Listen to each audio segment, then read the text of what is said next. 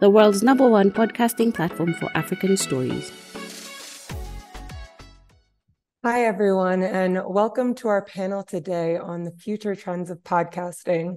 I'm so excited to introduce you to these panelists as we celebrate the 2023 International Podcast Day. So without further ado, I'd like to introduce you to Patrick of Disctopia, Francois of Iono, and Ike from Jamit. Patrick, can you give us an introduction of yourself, please? Yes, my name is Patrick Hill. We are located in Charlotte, North Carolina in the U.S. We started Disctopia from an ideal probably about 7 years ago, but from a concept maybe about 4.5 years ago. We are one of the entertainment-based podcasting streaming platforms in the U.S., specializing not only in podcasts, but audiobooks and music. Amazing. Thank you. Francois, how about you? Can you please introduce yourself and what you do for work? Certainly, Francois Retief. I'm from Iono.fm. I'm the Chief Operating Officer. And we started what we wanted to do was PVR for radio about 15 years ago. This is sort of, in the very early podcasting days, and that expanded into podcasting. And later on, we also moved into streaming. So most of our customers are radio stations and large audio publishers. And we do podcasting, streaming, and built-in advertising. Thank you. And last but not least, Ike, can you please give us an introduction of you and what you do at Jamit? All right. Hi, my name is Ike, co-founder and CEO of Jamit. And Jamit is an all-in-one platform that allows creators to create, publish, monetize, and also distribute their content. We have built it on the blockchain, and that's where we continue to stay at. Okay, amazing. So for all of the listeners who are tuned in, you guys are about to have such an incredible conversation. These three gentlemen are some of the most inspirational and exciting figures in the podcasting and audio industry right now. So please make sure that you pay attention, and we'll make sure to get contact information at the end so that you can reach out to them. I think I want to start with you, Francois. So Iono, as you guys know, has been one of the most pivotal and exciting platforms on the continent. And I think specifically with the work that you've done with podcasters and radio and streaming, you guys have truly cemented yourself as a staple in South Africa. What do you think specifically with the streaming work and audio work has been revolutionary, and how did you decide that streaming would be an avenue to leverage when you guys started building out Iono all that time ago? Thank you. Firstly, that's a wonderful compliment. We wanted to do two things. We wanted to, in those days when we started, most of the audio was radio, and we saw it was happening with newspapers, and we wanted to create the tools for radio stations not to suffer to the same extent that the newspapers did when they did their digital transformations. So initially, we wanted to give radio stations the tools to go online, but very importantly also, we wanted to listen to content wherever you were, on whichever device you were, when it suited you. And obviously, we spoke about PVR in those days. This was, those days smartphones were Palm Pilots and Nokia smartphones. It was BlackBerry even. And but we developed a platform which is really easy to use, very reliable. And some of the components that we get with is mobile players, which adapts to your mobile device, very good data compression, the ability to switch to formats, which works on a wide set of devices. Because this is a platform which was developed in Cape Town in South Africa for local conditions in Africa where data is still expensive, where you've got a wide set of different devices. From that, we realized that there's, with the tools we had, it was logical to expand it into the streaming space as well. We actually wanted to build tools to more easily convert podcasts into streams into podcasts, and then realized at that point that the major competition in South Africa was at a point where you couldn't reliably do that. So having already had good reporting built in monetization through advertising and other means, it just made sense to move into the streaming space as well. Amazing. Thank you. And it's interesting that you talk about tools, especially as most recently, as I kind of teased earlier, the newsletter that Jamit released just a couple weeks ago talked about gamification of your newest platform, what coins will do. And I'm curious, why did you go that route, Ike? And how do you think it's going to perform, being that it was just announced? So pretty much had to think about it for about 2 years, being like, being innovative in the space and trying to always make things grow. We realized how much archaic the podcast infrastructure is. It's been built since almost 20-something years ago. And it's been stable, but it's not been the best way to monetize and allow people get rewarded for what they create and put out. And so you have videos that has already like exceeded expectations with the YouTube and TikTok even making it even more better, reels coming out. But podcast has just been, stable on the RSS feed and nothing else happening. But the true body of podcasting was to make it decentralized. That was why they made the RSS feeds and made you put your voices out there. So now there's a blockchain that actually expands on decentralization. Why don't we continue to move the path of podcasting into that level? And so that was what we came up with and said, wait a minute. Someone in Africa now can get paid by USDC crypto coins or tokens, and they don't have to worry about, I can't get accepted on Anchor payments, or, Patreon doesn't accept my country anymore. I can't get payouts because I'm from Uganda and I'm on Twitter, So that was just to eliminate that. And we just felt this was the right play and built the whole Jamit platform on the blockchain, and now cryptocurrencies are being accepted by all our creators right now on the platform. And that was why we believed that was going to work. The gamification part of it was to help people understand, hey, it's fun to listen to podcasts. It's fun to listen to audiobooks, just the same way you go on Duolingo and learn something and they give you points and rewards, or you fly on an airline and go to New York and, you get miles and you're like excited because you want to keep doing that. That was kind of our own play to make sure that we found a way to make people stay engaged by discovering more of African content, diverse voices, and not always just the top 100 on iTunes. I think that was such an exciting newsletter, and I'm so glad that we're getting the time to kind of talk about it, because I think that really truly does come across as innovative. And I think that similarly, when I met you, Pat, at Podcast Movement, your press release had just come out and it was making the rounds. And if I'm not mistaken, Disctopia had a press release saying that they were going to be paying 5 cents per stream. And I met Pat at a dinner.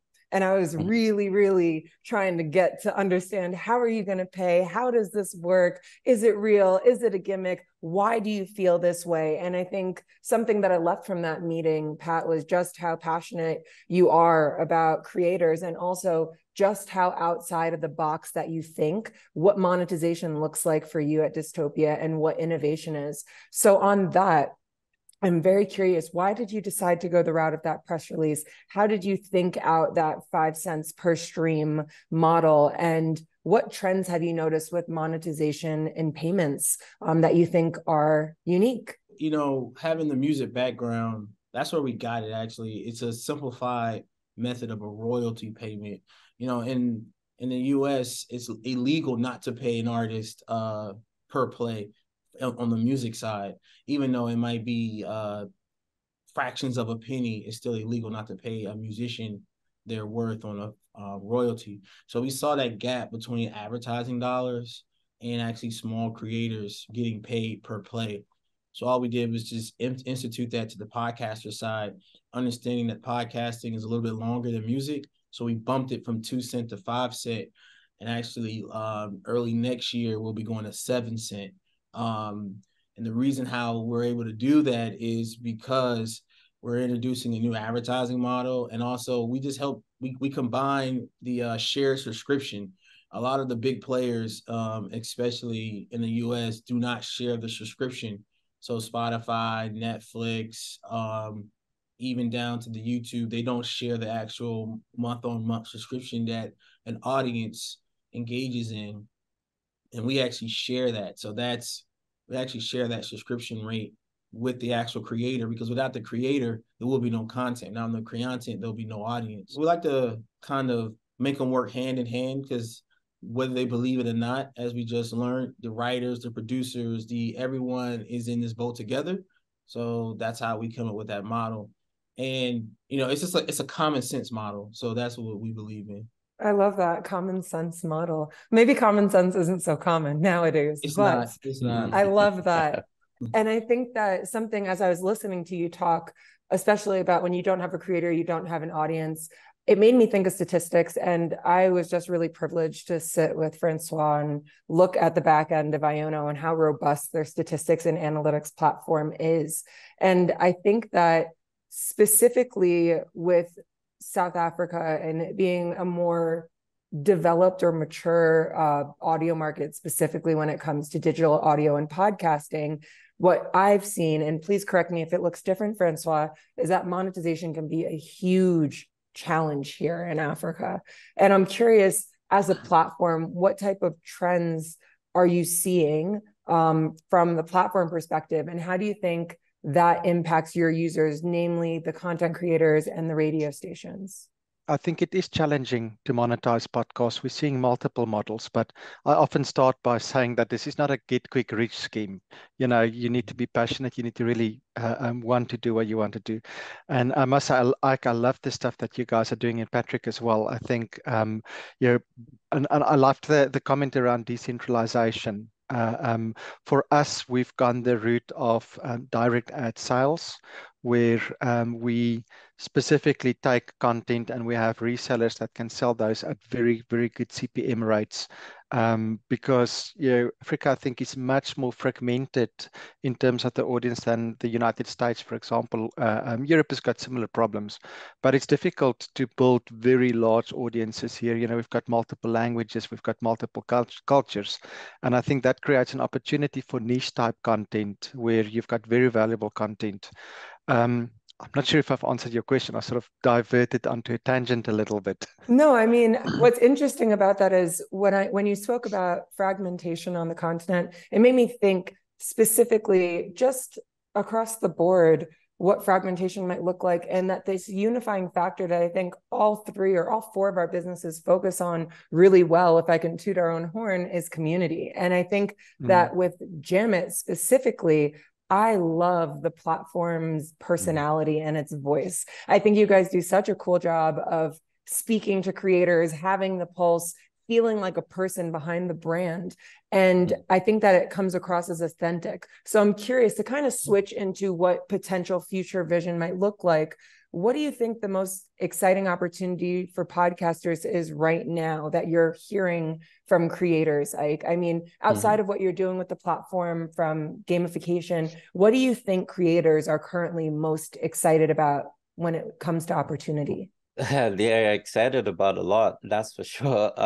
But we do a weekly check on creators, and we do a monthly thing that we call Tribes Meeting, and we just welcome a lot of them to come in and give us ideas and talk to us about what their problems are, etc. And majority of them are really excited about the monetization tools that we are beginning to build for them locally. They are more excited than any other thing. That's the number one. The second is creation tools. They're beginning to see how easier it is for them to create a podcast without having to go buy, spend so much money on buying the gadgets, the equipment to do that, or, pay so much for the internet. We've gotten into partnerships with even brands, but sometimes they're like, look, I love the fact that I can go on Jamit and just record my podcast now, right? Or go here and record it, and then I just put it and, host it and distribute it on one platform, and I don't have to pay for all these different platforms, so they're just excited about the cost savings that they are beginning to experience with how much we're innovative with Afripods. I don't know, we Disctopia, and I know about Disctopia in US, so it's kind of like we have gotten to a point where we have made better tools than what already exists out there that they were already used to, and they're beginning to see that, hey, locally made platforms have been progressing faster than expected for them on their behalf. And so we feel like, one is the monetization tools that is easier for them to monetize. It's getting easier for them to monetize. That's what I would say, because we're still trying to do the whole onboarding and all that within the continent. And then there are easier tools for them to just use and create content without having to go spend hundreds of dollars to buy a mic or buy, a mixer, or pay for services to transcribe, etc. I think that's something that's really unique, is across the industry, what I say is that I think that businesses are looking to break barriers to entry and come from contribution. And something that I really admire about you, Patrick, and I want to throw the same question to you. So the question is going to be, what do you think the most exciting opportunities for podcasters are right now? But something that I think is really cool that you do well, Patrick, is that you see a problem and you're not afraid to take it head on. Even when you look at your platform and what you guys are addressing and solving, the first headline you see is content owners can now access, own, and monetize their audience data. It is a huge bite that you guys are taking in the audio space. So I'm curious to land that question again. What do you think is the most exciting opportunity for podcasters right now? And what do you think the trends might look like in the future? It's all about the data. Podcasters have not had visibility into their audience. One download, that's all they know. And it's like, I got 2 downloads this week, or I got 10,000 downloads this week. And then over the time, they was like, okay, some of this data is 10,000 downloads. How's that? Where is it coming from? What device? What platform? And those things have gotten better, but they haven't been able to monetize that data. Just knowing currently right now, the only way to monetize your downloads is by account. Meaning I got X amount of downloads, pay me for those X amount of downloads. And the more you have, the more you get paid. And that's the only way to monetize your data, your download data.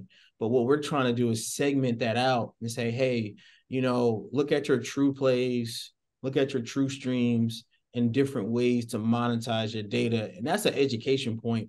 So we just got to really educate our creators on how to market their audience to their advertisers and to who they're actually selling ads to. And that starts with actually giving them the data, giving them the transparency of who, what, when, why. We recently just did a case study with MailChimp on mixing audience data with email data and seeing exactly who your audience is, and then kind of going from there. So, that's the next step of not just monetizing the count of a download, how many downloads you have, but actually monetizing the actual details of your actual audience. Because sometimes you should be paid more or less in very few cases, but you should be paid more in most cases based on your audience and not just based on the count. That is, wow, mic drop moment. And I saw you in the corner, Francois, kind of nodding along. I'm curious if you have anything that you want to add, whether you agree or disagree, or if you have anything that you'd like to identify and speak about that could be an opportunity for the podcasters here. So I just wanted to give you a moment. Well, Patrick, I strongly agree with you. And Molly, you've seen our reports. And one of the things we've also been doing and are doing is to try and provide as much data to the podcasters, the radio station or the media group from the beginning. Segmenting it and being able, so in terms of advertising, of course, being able to better target, get much better CPM rates. Molly, I think I mentioned to you that our average CPM rate for pre-rolls last month was close to $45 CPM. So that's about double, what a lot of other people would pay. And a lot of that is direct sales. I think in terms of opportunities and data related as well, and I think you as well, in terms of looking at different monetization models. What excites me is how podcasting is just democratizing the whole audio industry and streaming, online streaming as well. You don't need expensive regulation or expensive licenses anymore. You don't need expensive equipment. You can do a podcast, on your cell phone, get it out. And we've got cases of people with, single person people that are running numbers which is close to large media groups and doing very well of it. And we've got guys that are using different monetization mechanisms, using podcasting sort of as a business card to pull people into another type of business, or having bespoke content where people would pay to access it, or it would be visible to specifically to a certain base. And you've got all of these new options that are coming out in a global market where your audience is no longer defined by the geographical location, where you can reach people anywhere in the world for very little money. And that's why I can, and Patrick as well, the tools to monetize that. That's also so exciting to me, because at the end of the day, it is about building a sustainable business where your content producers can continue to create good content, focus on what they enjoy doing, and continue to delight audiences. Wow. I'm actually kind of curious. I'm going to throw another question right back at you, Francois.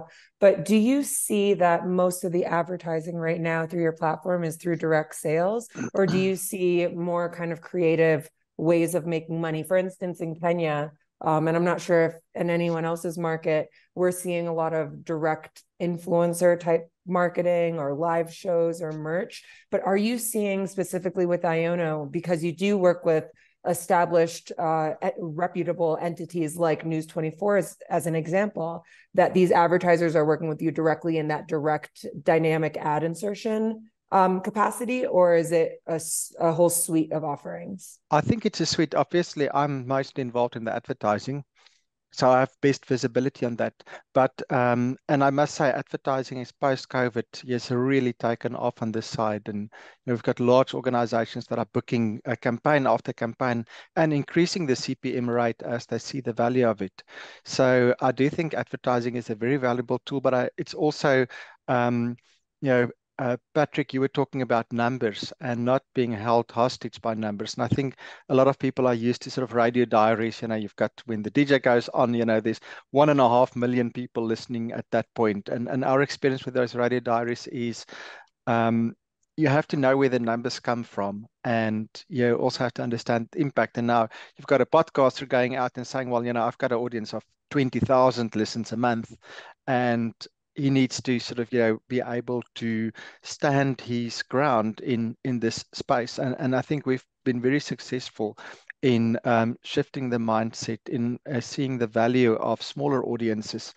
And I think also our podcasters, and for this year, I can't really take credit, we've just created the platform, but we've seen podcasters build businesses of very low numbers, where they'll have a very exclusive niche audience, and they are able to negotiate, or let's say to put themselves in a position between sponsors and the audience where they've got a very sustainable business. Oh wow. I have two questions. So I don't know who to go to first, but Patrick, it sounded like you really agreed with what Francois was saying. Did you want to add anything, or should I jump to the next really, I disagree about, they do get, hostage on the numbers, and they need to dig deeper and understand where they're really coming from.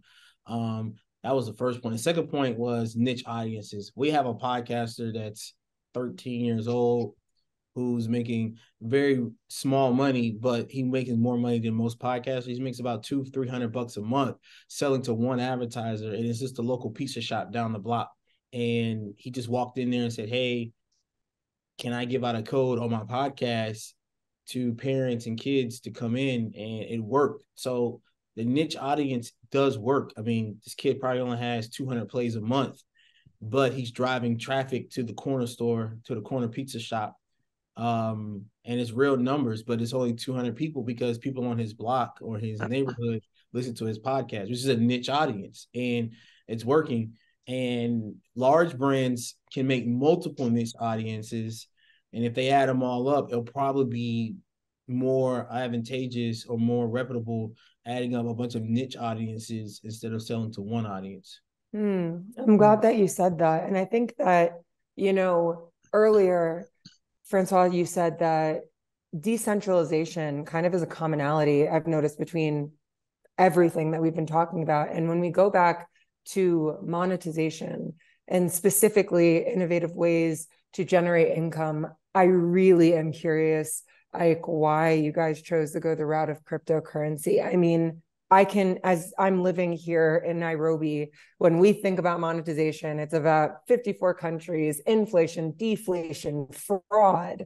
Mm-hmm. There's so many different variables that can affect how creators make money specifically on this continent. And the conversation about crypto right now, or at least in the last couple of years, Web3 as a whole, has been really interesting. So I'm curious, why did that feel like the right fit? And how do you think that the Web3 industry will grow specifically in the creator economy on the continent? Web3 is the future. That's all I'll say first. It is truly the future. Even though some things have happened, they've had their bumps, and that happened during Web2.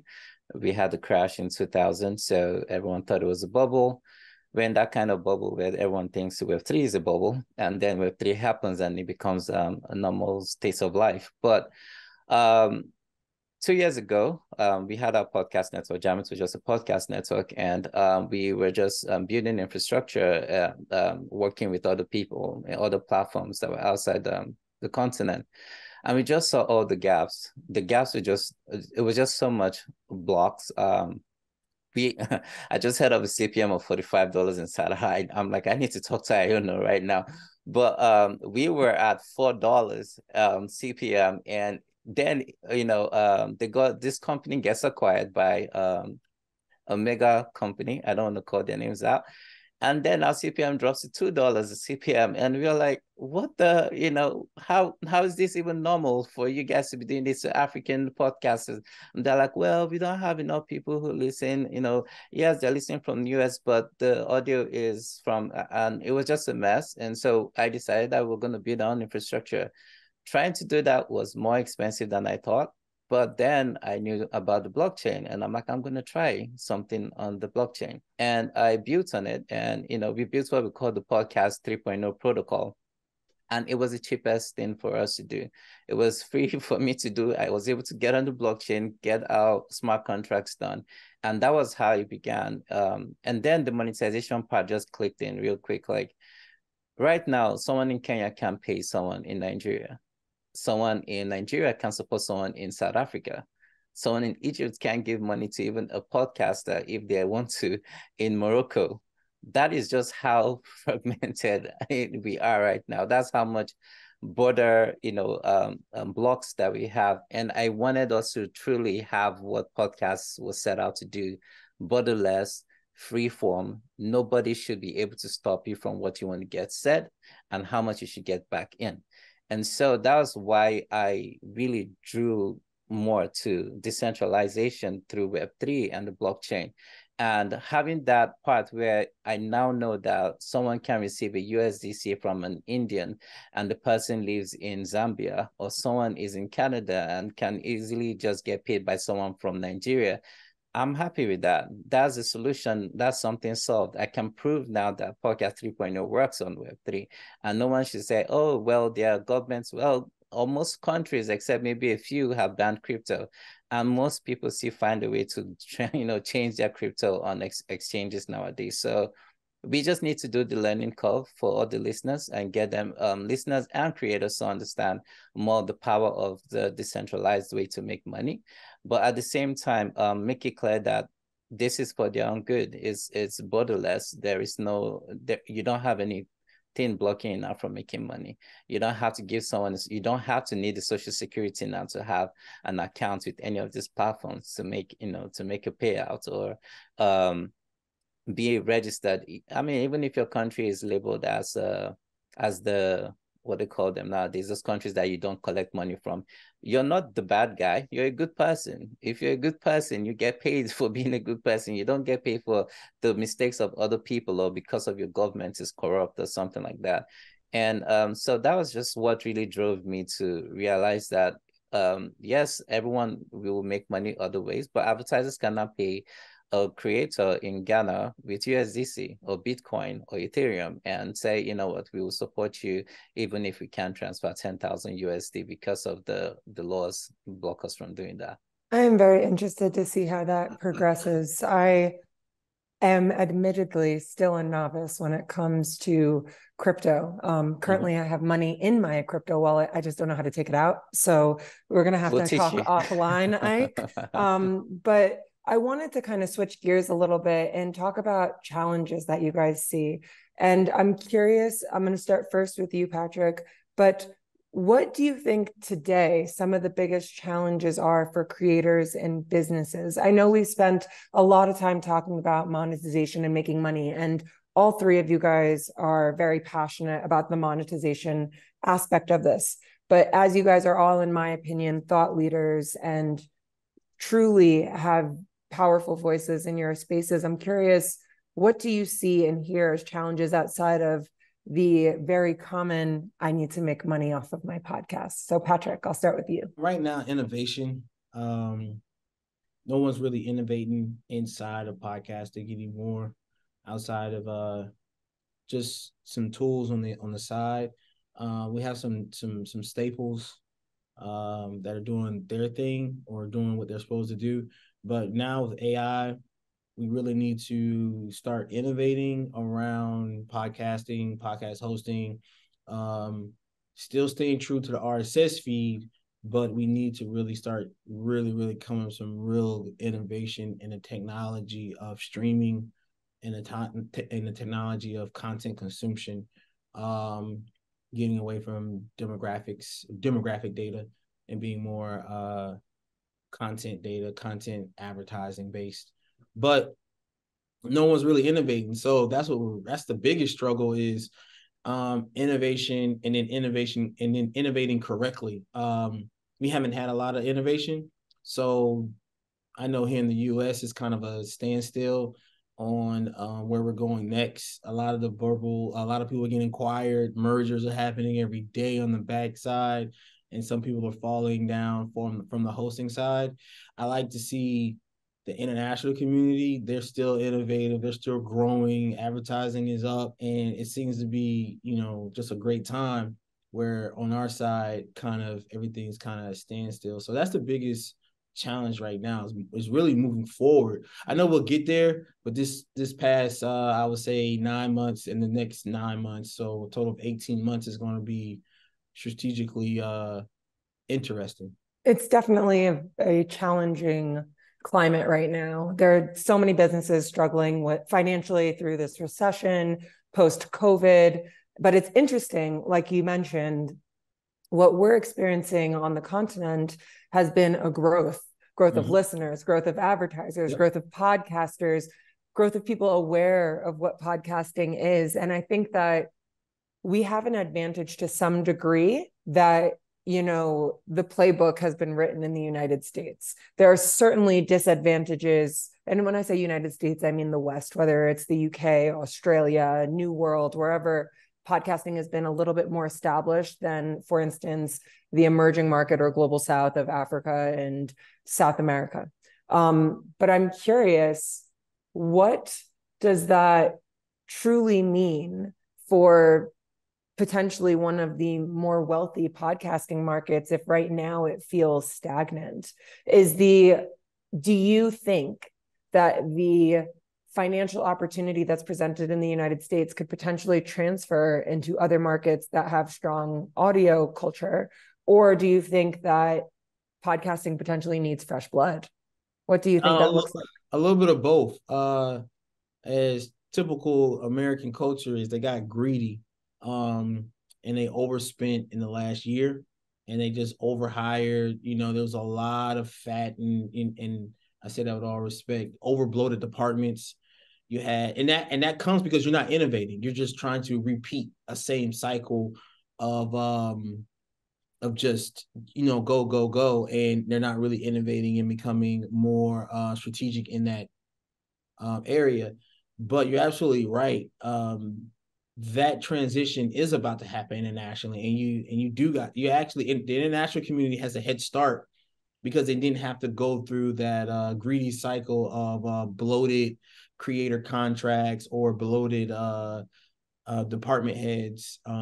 So I believe that the international community actually does have a head start and will actually be the beneficiary of the new advertising wave after the economy kind of heals itself.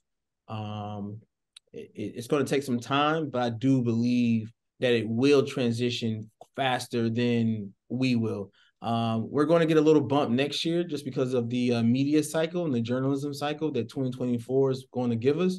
But after that, I think the international community is poised to, rewrite how we communicate. A lot of people forget that podcasting at its core is a communication tool. So how do we get, information from point A to point B is really fascinating. And that's where the strategic growth is happening internationally, is in communication, not necessarily pure entertainment.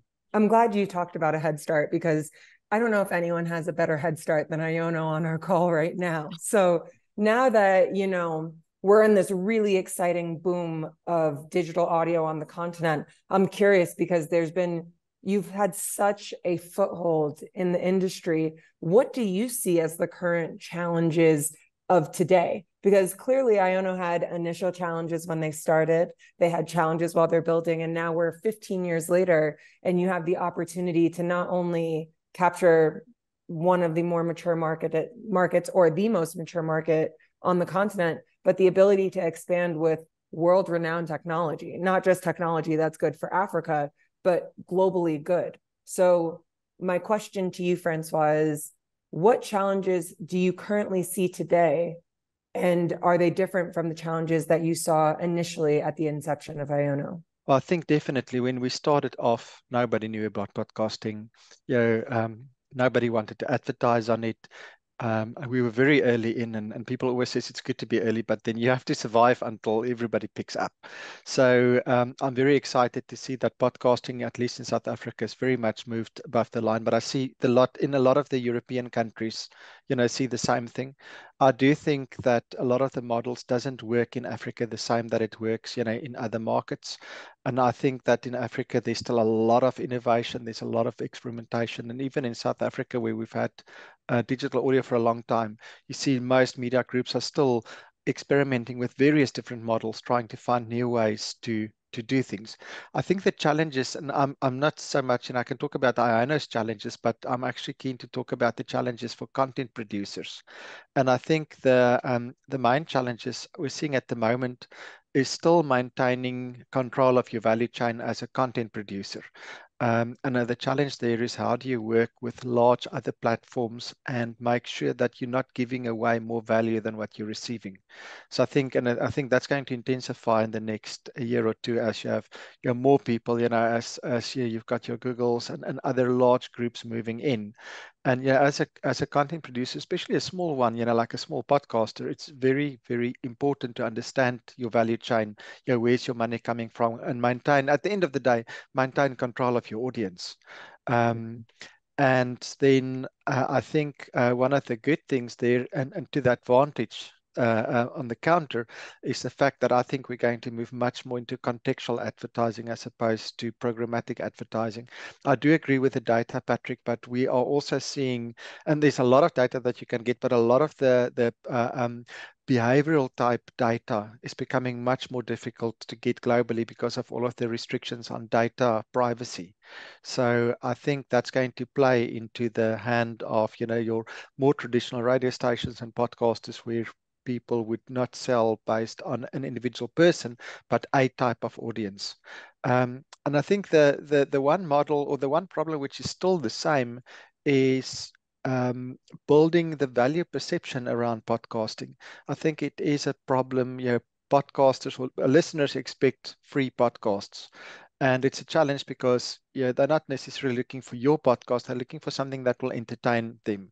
And if you make that too difficult for them, they will just go to somebody else, which does sort of end us up with a advertising or a model where a third party is paying for the podcast and not necessarily, the listener themselves. And Patrick, I love your model with music advertising.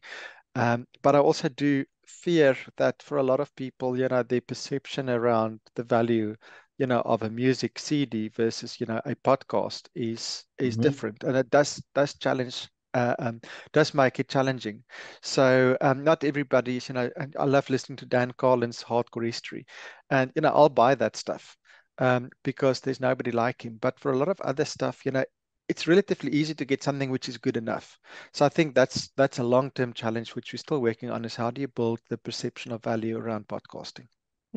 Quality control is important, and so is understanding value. I think for the entirety of this industry, we are going to be discussing value, searchability, and discoverability. I'm not sure if any of those will be going away anytime soon. But Ike, I want to throw the same question to you. What do you see as some of the biggest challenges right now in the podcasting industry for either listeners, creators, or platforms? And how do you think that might be different than maybe some other places on the continent or in the diaspora? Number one, right now to us is the challenge is that for the listeners is how they discover podcasts. Because we got to a point where we had YouTube take off first in terms of vlogs, that has kind of been taken in this role of that's what the podcast should look like. But more people are beginning to realize that, wait a minute, I have listened to this podcast and I was able to do other things while I was listening to this. And this was way more entertaining for me to listen to it. And so now they're diving in more into audio. And the second part is that they're able to save data. We're doing that. And you guys know how our continent is with data. Everyone knows you got to save your internet data so you don't spend all of it. We don't have unlimited bandwidth, well, if you can, but 90% can afford that amount to pay for unlimited internet. And so because of that, audio has become the secret sauce for them to just enjoy themselves regardless of having to watch videos or consume so much watching a 4K or HD video. So that is one that I feel like discoverability, as you said earlier on, is going to be one thing that we need to fix. There are over 200 languages just alone in Nigeria, talk less of the whole of Africa, right?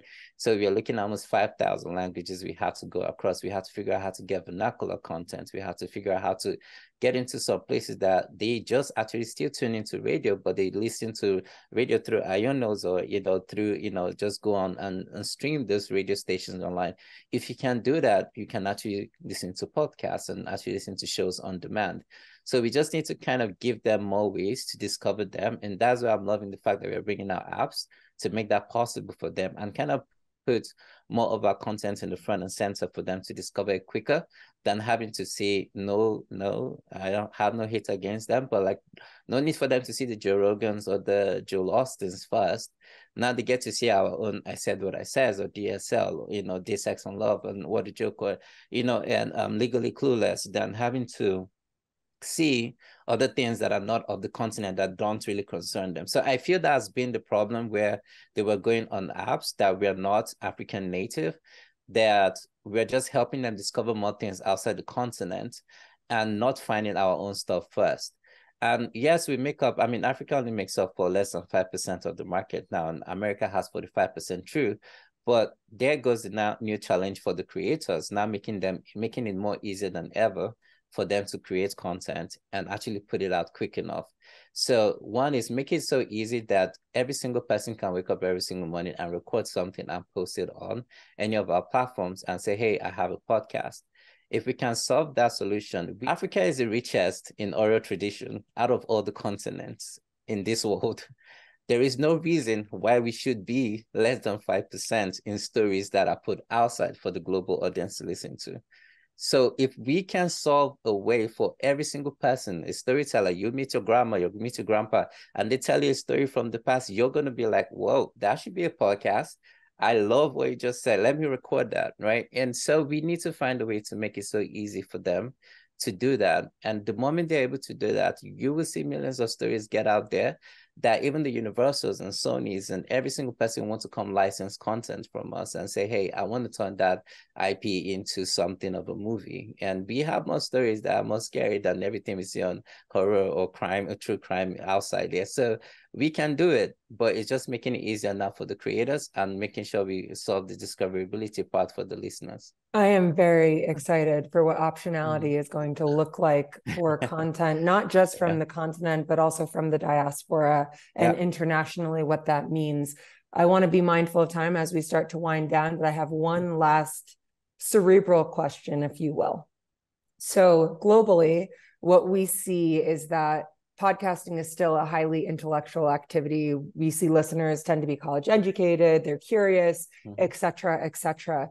And I think that as more people listen to podcasts, as more markets become saturated in podcasting, newer markets that maybe haven't been sampled previously, I'm curious if we still believe that the podcast listener is still that highly intellectual person only, or are they feeling FOMO? Are they Are they curious to listen to podcasts because they don't want to miss out on the next cool thing?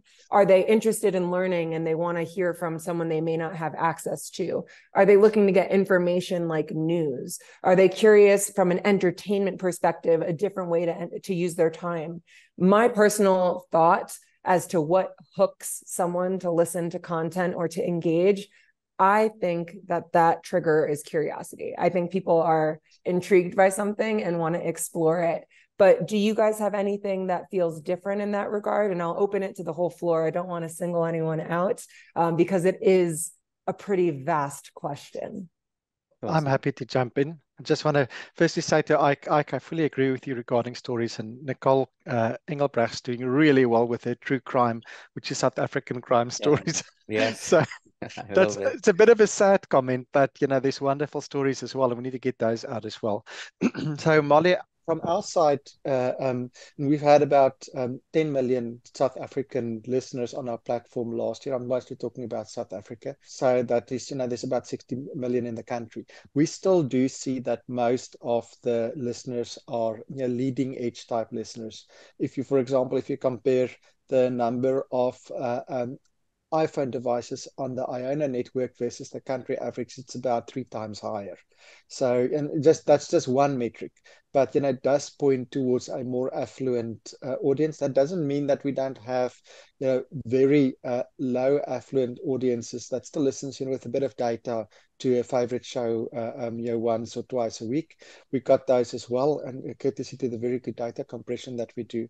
But if you look at our podcast categories, the most popular categories on Iona at least, business comes in with about 25% of the listens. Then you've got current affairs, then you've got crime, which to a large extent is now Nicole in South Africa, news, variety, history, drama, religion. You can hear from that. It's all of those are intellectual type content. We do have a lot of radio dramas that's doing relatively well, but I think a lot of our listeners are still educated people that better educated, more curious. Partly that's why we do so well with advertising, is because these are also people with more disposable income. But for me, a lot of the podcasts that we see on Iona at least is still it's intellectual type of content. So I still see the sign there. I believe that it will continue to expand, but definitely that's the data that I have at the moment. And Ike or Pat, do you guys want to add anything to that? Do you think it's different? For me, I always love to use data, as Patrick has said. You want to make sure you use data to do what you want to do. Asia, news is not your number one in podcasting. Their content is mostly vernacular. You will hear more content in their languages than English, right? If you go over to Asia, more towards China or Japan, they have more what they call the comic, manga, anime-like stories that they tell. And they are not really podcasts per se, where someone is talking. It's just them acting out a script.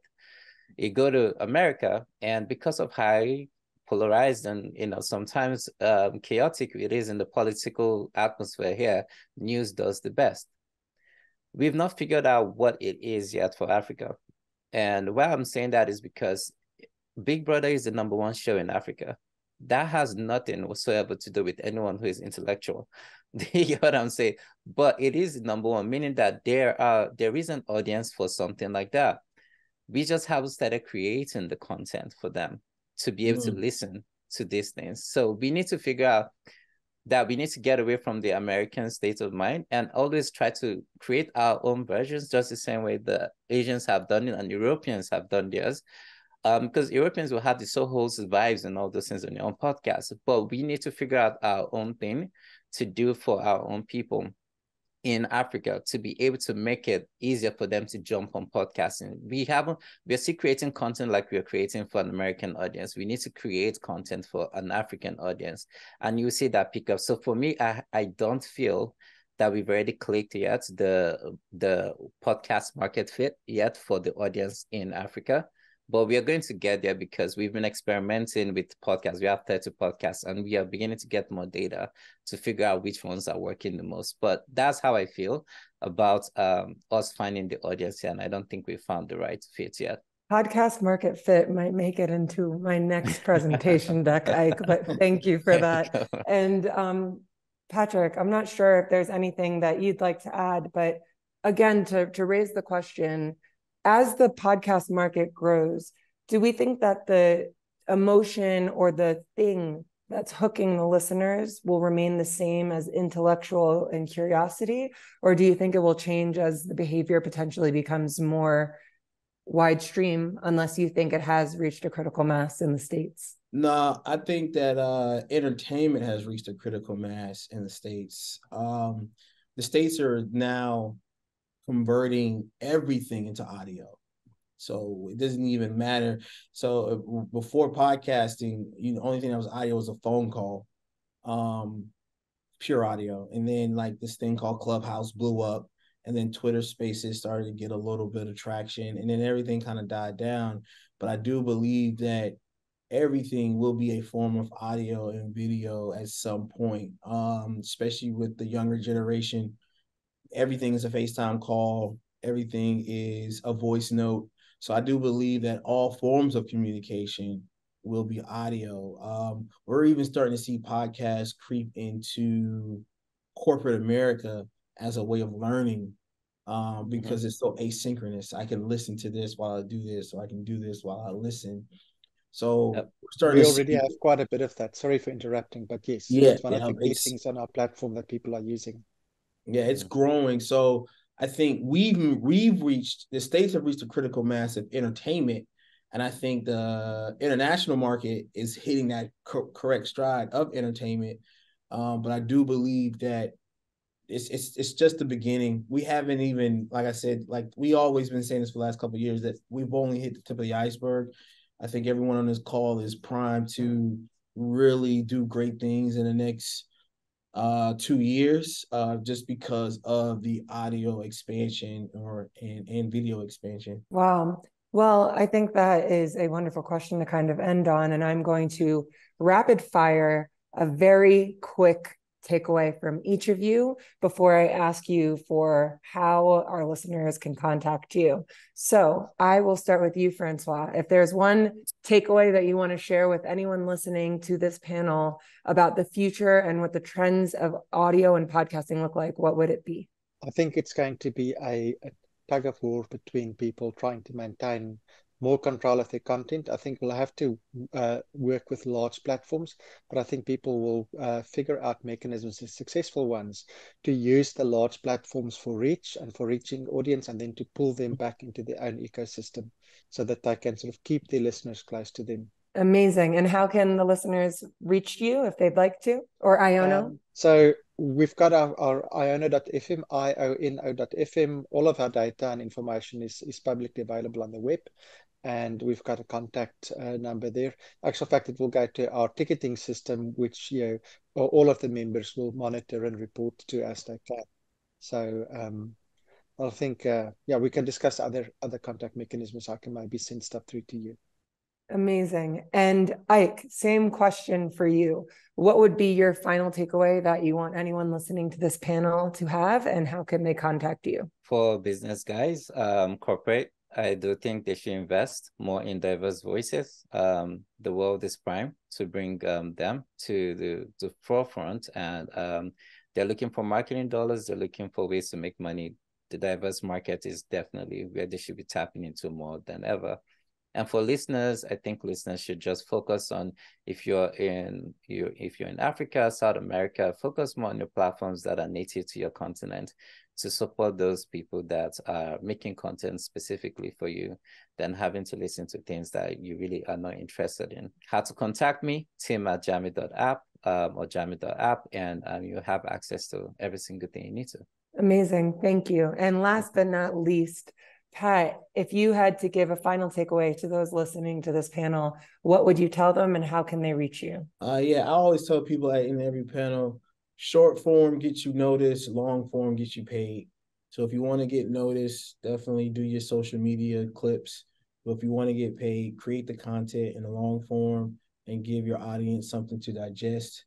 And as always, everything is at Disctopia, Disctopia, all the Instagrams, all the handles. If you want to contact me, it's just social@disctopia.com. I reply back, not as quick as you may want me to, but I do eventually reply back to every email.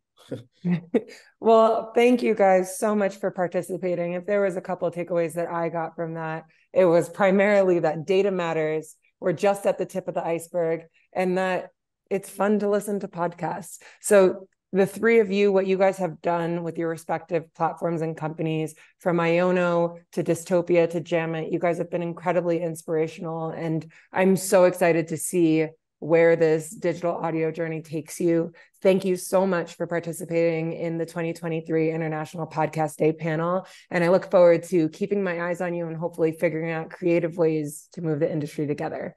Thank you so much. Thank you.